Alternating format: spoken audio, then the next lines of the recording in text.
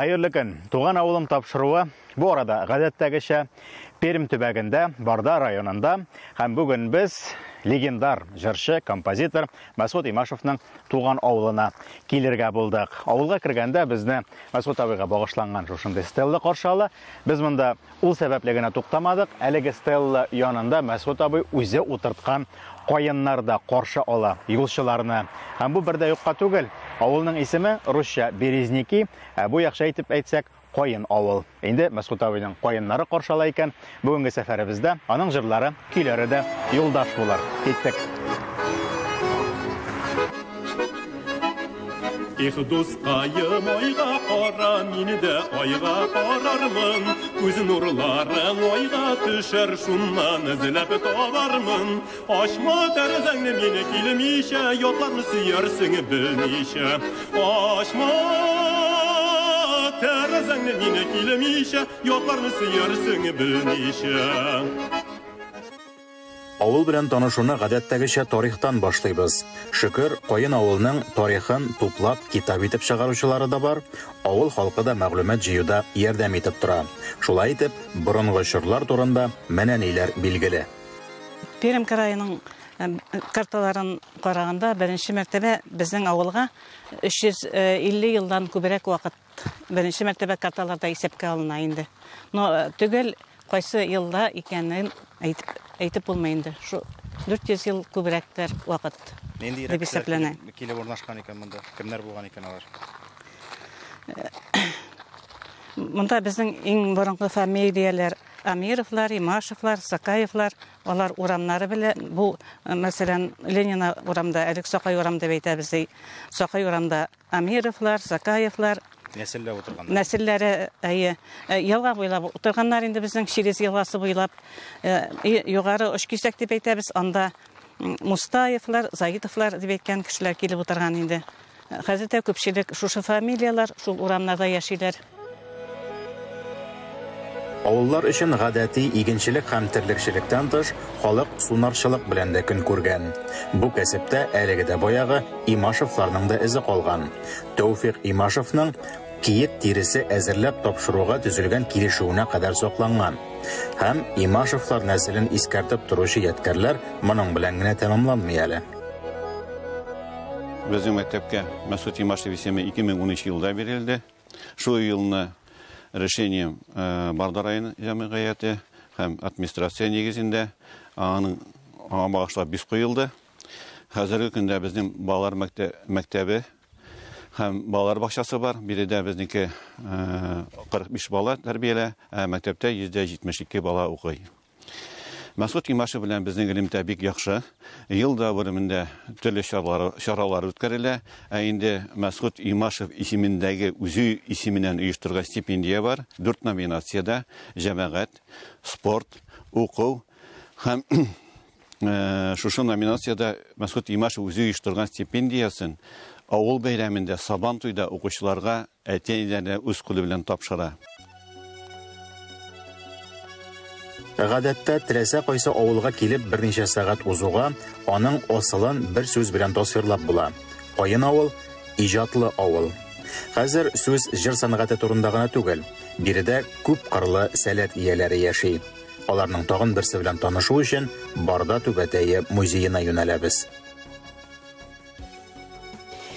Түбәтәй ясау башта без катыргылар ясый башлыйбыз. Шулай иттереп катыргылар кисәбез, катыргының өстенә бәрхәтләр ябыштырабыз. Бәрхәтнең өстенә уже лекалалар кисеп, лекалаларны берләштерәбез. Аннан соң шушы лекалалар буенча Түбәтәйне чигә башлыйбыз. Бисерне алабыз. Һәрбер бисерне тагын да бергәләштереп җыябыз инде. Чтоб ышкынып китмәсен өчен. Казан Түбәтәйләрдән безнеке Түбәтәйләр аерылып тора инде. Безнең Түбәтәйләр 4-3 почмактан торалар инде, 4 өлештән. 40 булары, 40 шундый була инде. Без картоннан ясыйбыз. Элек сырып ясаганнар. Без сырып ясый алмыйбыз инде, андыйга өйрәнелмәгәнбез инде.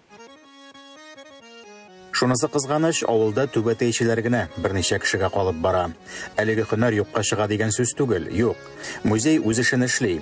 Түбәтәй ясау технологиясе тасвирланган, төрле үрнәкләре тупланган. Сүз традицион кәсепләргә үзебезнең игътибарны арттыру турында бара. Безнең түбәтәйләребез буенча гына да аерым бер фильм әзерләрлек бит. Шулай музейга килеп кереп, 2 минутта тиз генә мәгълүмат җыям да, мыекка чорнап, бик белгән кеше шикелле сезгә сөйли башлыйм инде мин.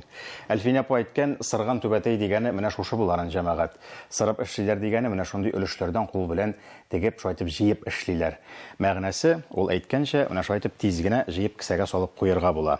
Сырган дигәннән Казан түбәтәенә күз салсак, арчалар аны шулай гомер-гомергә сырып эшлиләр. Тырышсам, монысын да бүкләп кисәгә салырга була, ләкин формасына күрә бераз гына читенерәк. Инде җыю, бүкләү дигәннән бу түбәтәйне күрдем дә искә төште. Гомергә күп якларда, күпләргә таныш, гел бездә булган үзбәк түбәтәе дигән дә бар. Анысы тагын да җиңел җыела. Ләкин миңа аеруча ошаган 2 түбәтәй бар монда. Менә монысы Барда түбәтәе, мулина җепләре белән эшләнгән. Чәчәкле булса да, менә ирләргә күбрәк туры килә дип саныйм. Яны ялтырамый да ул, артык әйберсе дә юганын, шундый матур гына, җыйнак кына. Монысы Барда түбәтәе, өч почмакларын күрәсез. Монысы шулай ук. Бу төбәкнең ирен ягыннан килгән ирен татарларының түбәтәе. Ул аерым төрле, ләкин шулай ук бик күңелгә ятышлы булып тора. О вкусах не спорят дип әйтәләр урыслар. Шулай да. Минем өчен иң кадерлеләре һәм җыйнаклары менә шушылар. Түбәтәй музееның экспозициясе белән танышуны бүтән вакытка калдырып торыйк. Биредә шуннан да иштәлекле, кызыклы әйберләр тупланган һәм алар турында сөйләшү Барда сәфәрен йомгаклау чыгарылышында урынлырак булар. Барда ягы Гайнә иле турында андый тапшыру да булачак дип алдан ук әйтеп куям. Әлегә иҗат өлкәсеннән читкәрәк китеп, авыл хуҗалыгына да күз салыйк. Һәм бәрәңгедән башлыйк инде. Күпме үстерәсез бәрәңгене һәм бу нинди ерәк техника? Бәрәңге без быел 40 гектарда утыттык. Бәрәңгене анакай мәктәпләргә, садикларга, шундай Пермгә озатабыз. Җылы якларга алып итәләр, Краснодар якларга алып итәләр, аны көзгедә. Нинди сортлар белән эшлисез сез? Күбрәге безнең Белоруза сорт, Белоруза и Гала сарысы бар. Ике сорт. 40 гектарны бу комбайн белән күпме алып бетереп була? Бу комбайн кырылмаса, көненә шушындай коры булса 4-5 гектар спокойно җыя. Тагын нинди техникаларыгыз бар бу комбайн белән? Нәрсәләрегез йөрисез? Бу комбайн белән безне 1221 тракторы сөйрәйендә, МТЗ. Тагын нинди трактор? Белорус, безнең барысы да белоруслар МТЗ 82-лар. Шулар ташый инде аны. Фарду бәрәңге базына ташыйбыз. Анда сразу сортировка кертәбез аны. Орлыкка, вакка, әрегә бүлеп кертәбез дә. Кышкыда тутырып сатырга, нетергә, сеткаларга җиңелрәк була. Бәрәңге басуыннан тыш Илһам абый 200 гектар мәйданда бөртекле культураларда үстерә.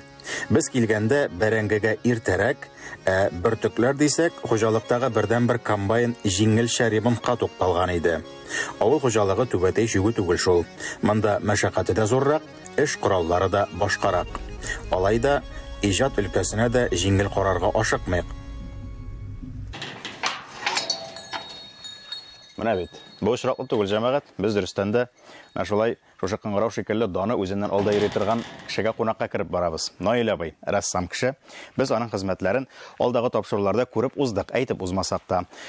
Тукай скверындагы Шүрәле һәм Былтыр казларга багышланган арт-объект тул буйлары редакциясе каршындагы һәм әлбәттә җәмәгать мәчете янында торган Барда түбәтәенә куелган һәйкәл дип әйтсәк тә була инде.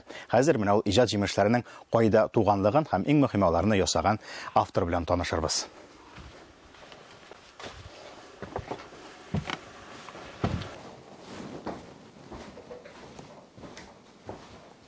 Наил абый, килдек әле без. Сөйләшкәнчә. Ярар, әйдәң. Эшегездән бик бүләсе килми, бик тыгыз иҗат кешесенең вакытлары. Хәзерге вакытта нәрсәләр иҗат итәсез? Менә бу Bizning үзебезнең илне саклаучыларга һәйкәл ясыйсы киләйде Бардага. Менә шул һәйкәлнең макеты өстендә утырам. Менә монда чагылганнар инде. Менә монда нидән? Бөек Ватан сугышы солдаты. Монда Франциягә барып җиткән башкортлар. Менә инде бияқта инде Чечняда хәзерге заманда илне саклаучы солдат сурәтләнгән. Ә инде 4-нче якта безнең тыл. Наил абый сынчы гына түгел, язучы, шагыйрь һәм рәссам да. Аның остаханәсендәге портретларда без бу сәфәр вакытында танышкан, сөйләшкән, монда килгәч кенә ул да сезнең якташмыни дип танаган шәхесләр. Биредә Барда ягының рухи, мәдәни мирасын булдыручылар һәм саклаучылар. Менә мондагы портретлар